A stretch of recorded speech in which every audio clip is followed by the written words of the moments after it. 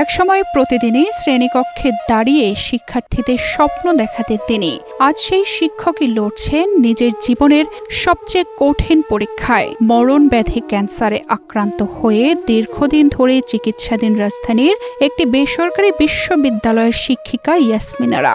ব্যয়বহুল চিকিৎসার খরচ সামলাতে যখন পরিবার দিশেহারা, তখন তার পাশে দাঁড়িয়েছে আনভির বসুন্ধরা গ্রুপ ফাউন্ডেশন।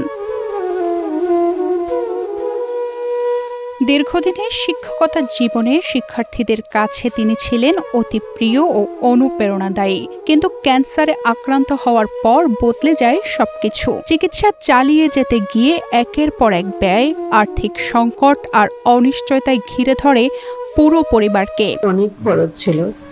একটা ইনজেকশন দিয়েছিলাম কেমোর মধ্যে 1 লাখ টাকা একটা ইনজেকশনের দাম। আমার 3rd স্টেজ হলেও লিম্ফ নোড কিছু আন্ডারআর্মের 4টা চলে গেছে, যেগুলো পজিটিভ। এই কারণে ওরাল কেমোটা খেতে হচ্ছে, যেটা 65K 65,000 টাকা আমার মান্থলি লাগে। শুধু ওষুধটাই লাগে। ইয়াসমিন আরা জানান, তার ক্যান্সার 3য় ধাপে ধরা পড়ে এবং লিম্ফ নোডেও ছড়িয়ে গেছে। চিকিৎসার অংশ হিসেবে তাকে নিয়মিত ওরাল কেমোথেরাপি নিতে হচ্ছে।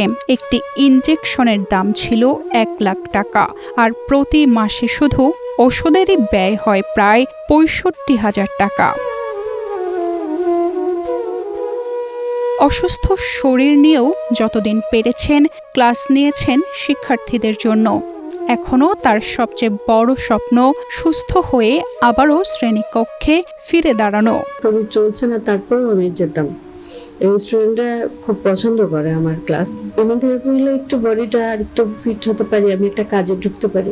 বসে থাকতে তো ভালো লাগে না, যে আমার শরীরটা ফিট হলে আমি কিছু একটা করতেই চাই।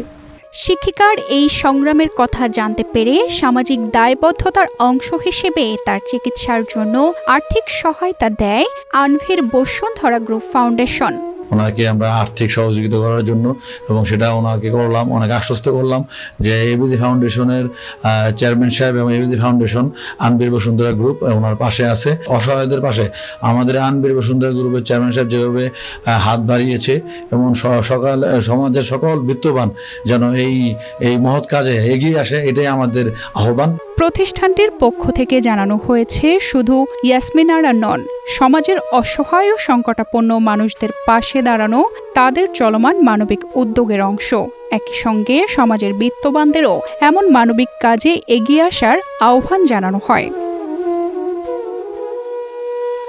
অর্থের সংকট হয়তো এখনো পুরোপুরি কাটেনি, কিন্তু এই সহায়তা ইয়াসমিন আরাকে দিয়েছে নতুন করে বাঁচার সাহস। ক্যান্সারকে জয় করে আবারও শিক্ষার্থীদের সামনে দাঁড়ানোর স্বপ্ন নিয়েই এগিয়ে চলেছেন তিনি। আর তার এই লড়াইয়ে মানবিকতার হাত বাড়িয়ে দেওয়ার গল্প হয়ে থাকলো আনভির বসুন্ধরা গ্রুপ ফাউন্ডেশনের এই উদ্যোগ। তানজিদা রহমান, ইনায়া, বাংলাদেশ প্রতিদিন।